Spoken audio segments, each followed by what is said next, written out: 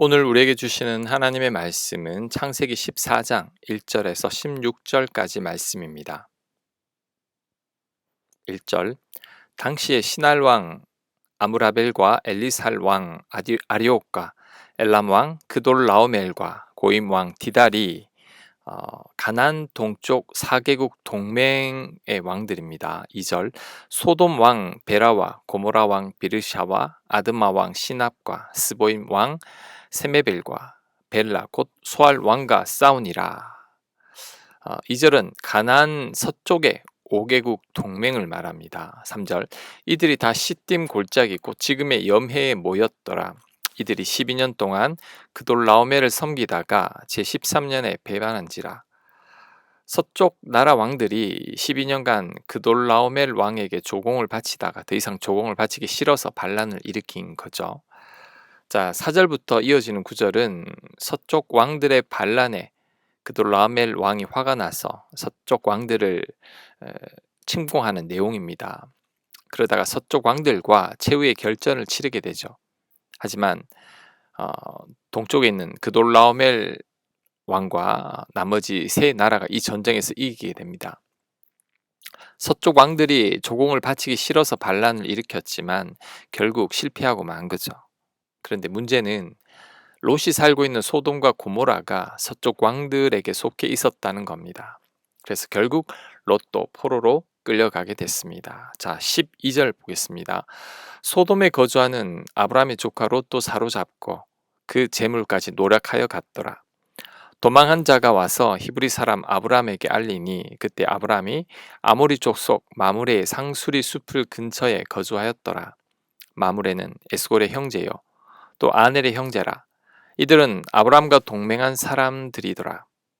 아브라함이 그의 조카가 사로잡혔음을 듣고 집에서 길리고 훈련된 자 318명을 거느리고 단까지 쫓아가서 그와 그의 가신들이 나뉘어 밤에 그들을 쳐부수고 다메섹 왼편 호빗까지 쫓아가 모든 빼앗겼던 재물과 자기의 조카 롯과 그의 재물과 또 부녀와 친척을 다 찾아왔더라. 아멘.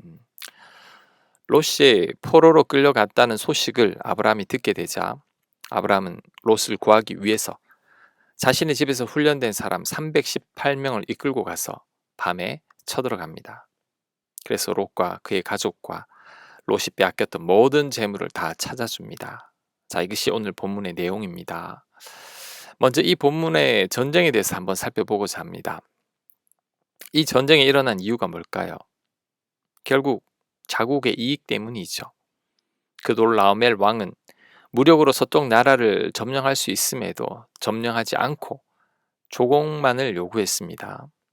하지만 서쪽 나라 입장에서 보면 조공만 12년 동안 바쳤으니 화가 날 만도 합니다. 그래서 전쟁을 하게 된 거죠.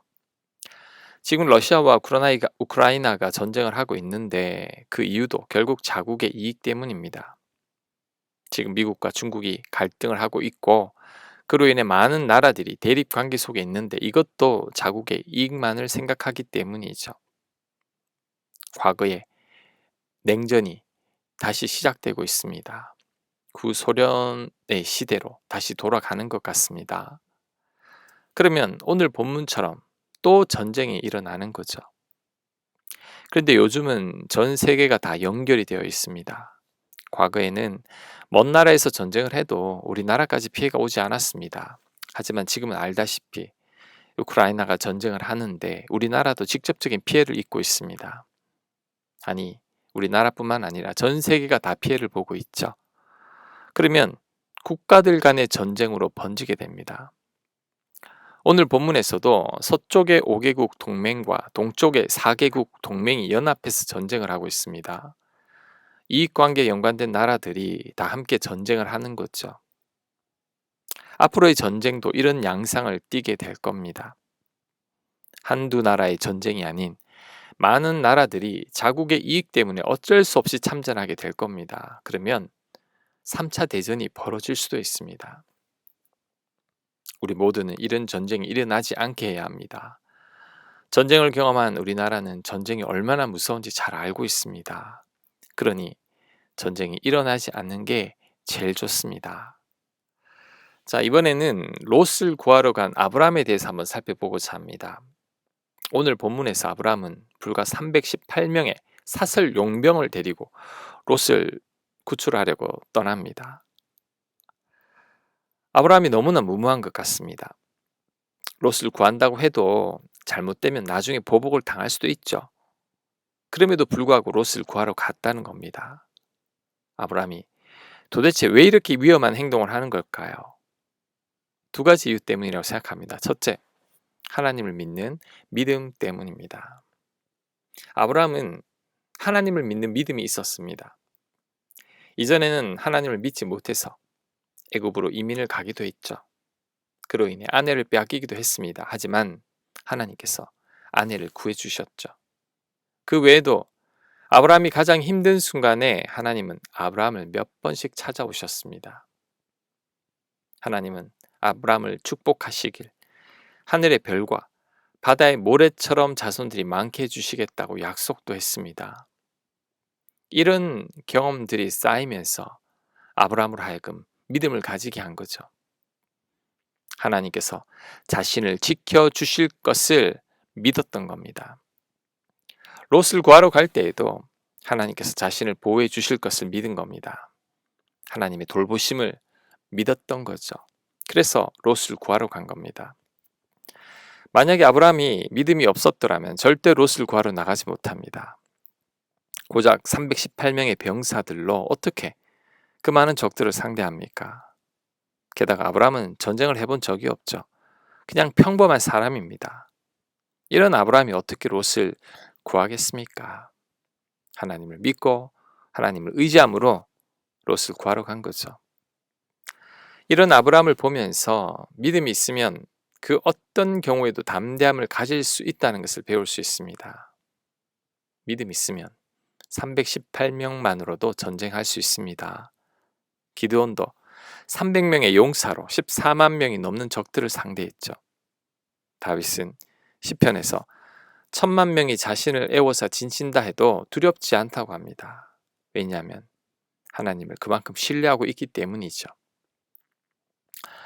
지금 무엇이 여러분을 두렵게 합니까? 어떤 근심과 염려와 불안이 있습니까? 하나님을 신뢰하십시오. 나를 사랑하사 아들을 주신 하나님이십니다. 예수님은 나를 사랑하사 나를 대신해서 죽기까지 하셨습니다. 그런데 왜 나를 돌보지 않겠습니까? 우리는 이런 주님을 굳게 신뢰하고 믿어야 합니다. 그럴 때 그 어떤 것도 우리를 두렵게 하지 못할 겁니다. 자, 두 번째, 아브라함이 롯을 구하러 간 것은 사랑 때문이죠. 아브라함이 고향을 떠날 때 롯이 따라왔죠. 이런 롯을 아브라함은 아들처럼 사랑했습니다. 어제 본문에서 롯과 헤어진 후에 하나님께서 나타나셔서 아브라함을 위로한 것만 봐도 아브라함이 얼마나 낙심했는지 짐작할 수 있습니다. 그런데 아들과 같은 롯이 포로로 끌려갔다고 하니까 아브라함은 도저히 그냥 있을 수 없는 거죠. 결국 롯을 사랑하고 아끼는 마음이 아브라함으로 하여금 무모하게 롯을 구하러 가게 한 겁니다. 그러고 보면 사랑은 참으로 무모한 것 같습니다. 자신의 생명도 아끼지 않게 하기 때문이죠. 그런데 아브라함보다 더 무모한 사랑이 있습니다. 바로 예수님의 십자가 사랑이죠. 하나님의 아들이 왜 인간들을 위해 죽습니까? 창조주가 뭐가 아쉬워서 부족한 피조물들을 위해 죽습니까? 왜 예수님께서 우리를 위해 십자가에서 고통 가운데 죽어야 합니까? 우리가 무엇이 간데 예수님께서 대신 죽어야 합니까? 아브라함이 무모해 보이지만 오히려 예수님이 더 무모하신 분이십니다. 아브라함은 그래도 318명과 같이 적진으로 달려갔지만 예수님은 홀몸으로 세상에 뛰어드셔서 우리를 위해 목숨을 버리신 분이셨죠. 예수님은 무모하게 하리란 만큼 우리를 사랑하시는 분입니다. 우리가 이렇게 놀라운 사랑을 받고 있습니다. 이 놀라운 사랑을 우리가 알고 믿는다면 우리는 하나님을 신뢰하지 않을 수 없습니다. 죽기까지 우리를 이렇게 사랑하시는데 우리가 무엇을 두려워하고 무엇을 염려하겠습니까? 아브라함도 이 믿음이 있으니까 담대하게 롯을 구하러 달려간 거죠. 우리는 십자가 사랑을 기억해야 합니다. 아들을 주신 하나님의 사랑을 기억해야 합니다. 그럴 때 우리도 아브라함과 같은 담대함을 가질 수 있을 것입니다. 우리를 사랑하시는 하나님의 사랑을 알게 돼요. 담대한 믿음을 가지고 살아가는 우리 모두가 되시길 간절히 축원합니다. 아멘. 하나님, 아브라함을 사랑하시는 하나님께서 우리 또한 사랑하고 계신다는 것을 믿게 하옵소서. 그 사실만을 온전히 신뢰하여서 이 험악한 세상 가운데서도 담대하게 살아갈 수 있게 도와 주옵시고 그 사랑을 기억함으로 날마다 감사하며 살아갈 수 있는 저희들 되도록 역사하여 주시옵소서. 이 모든 말씀 예수님 이름으로 기도합니다. 아멘.